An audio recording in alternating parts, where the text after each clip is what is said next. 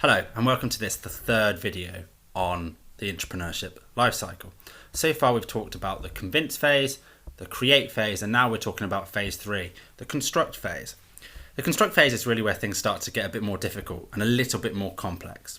The output of this phase is a fully researched pitch deck. Usually this phase therefore takes about 3 months and ends in some kind of pitch day where social entrepreneurs or entrepreneurs are pitching for some kind of funding or resources. Therefore, the activities that need to be conducted within this phase really focus on allowing that investment panel or that panel of dragons or sharks, depending on where you are in the world, to make an informed decision on whether the proposition is viable.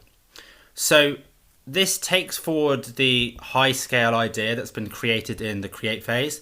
The Twitter pitch and the social entrepreneurship triangle are still valid, but the depth of information required needs to be vastly more expansive. There needs to be market research, customer analysis, a business case, a rollout plan, usually a introduction or guide to the individuals on the team, their skills, as you would if you were pitching as a social entrepreneur. Alongside this also needs to be a in-depth look at how to pitch. So pitching becomes a skill at this point. So not only having a great proposition, but being able to pitch it effectively. So some kind of pitch coaching is extremely important, as is preparation for that final pitch by practicing it over and over and over again with senior stakeholders around the business and so forth. Running in parallel to the product development swim lane within the construct phase is the social capital swim lane, which a lot of entrepreneurship agencies actually miss, right? You can have the best product in the world, but unless you have the social capital or goodwill within the organization to actually deliver it, you will never be able to take it any further. And this is one of the reasons why entrepreneurship can be significantly harder than entrepreneurship, because actually the product development is not sufficient alone to deliver it. You have to build momentum within the organization. And this requires a whole array of what we refer to as magic tricks, right? These are these little skills, sleights of hand almost, that you can use to build social momentum within this phase. This starts with building a team charter of some kind to really lock the entrepreneurial team in together. Although that isn't to presuppose that the entire entrepreneurial team will make it through the construct phase, attrition is perfectly natural at this point.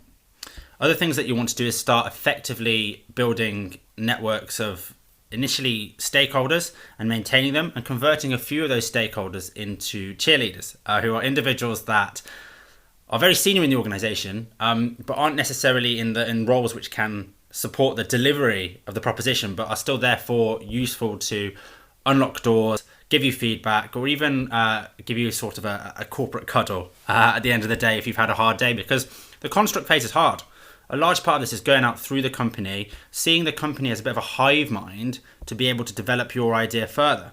And that requires you to go out and get a vast amount of feedback, not all of which is going to be good. And in fact, a lot of it you don't want to be good. You want to be asking people why the idea won't work, and particularly speaking to individuals within the controls functions and asking them that question. You're not asking for approval at this point, so you need to be clear about that. You're just asking for guidance and support so that you can shape the proposition. And whilst this phase is one of the reasons that entrepreneurship is harder than entrepreneurship, actually it does drive out one of the key benefits, that you have this entire organization where you can go out and ask experts in their field advice and guidance and support and feedback on your idea, which means that you have access to some pretty much world-leading experts in law or compliance or marketing or brand, and you can access that resource largely for free. And that is something that a lot of entrepreneurs would really kill for, right? So in your construct phase, you really need to build that network out. So as well as building the product out and the proposition out, it's building the network out, because that will become invaluable later on. And finally, it's also going out and seeking that through the organization as much feedback as you can possibly handle. This often leads to questions in terms of the entrepreneurology, i.e. the structure of the entrepreneurship program itself and the science behind how you structure it, It leads to questions about supporting entrepreneurs effectively and what can be quite a traumatic and difficult process. Mental health can come into play here, and therefore it's important through this phase to have really clear guidelines on what's expected at pitch day, but also a real clear narrative that it's not expected to be easy and you're not expecting all of the feedback to be positive. It's been very clear in training entrepreneurs on how to build that social capital, and it's also being very clear on the expectations management, both for the entrepreneurs themselves and the wider organization.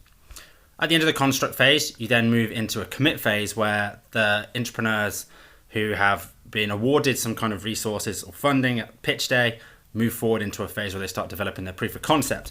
That's not to say that the ideas that haven't been supported at pitch day should not continue. They should be given feedback, encouraged to pivot, and then move around within the construct phase, get more feedback, redefine the idea, and come back at another pitch day in the future. There are no winners or losers in intrapreneurship. It's against the culture of the term. There are just people that are supported at that point and people who are encouraged to pivot. That's all for today. Thank you very much.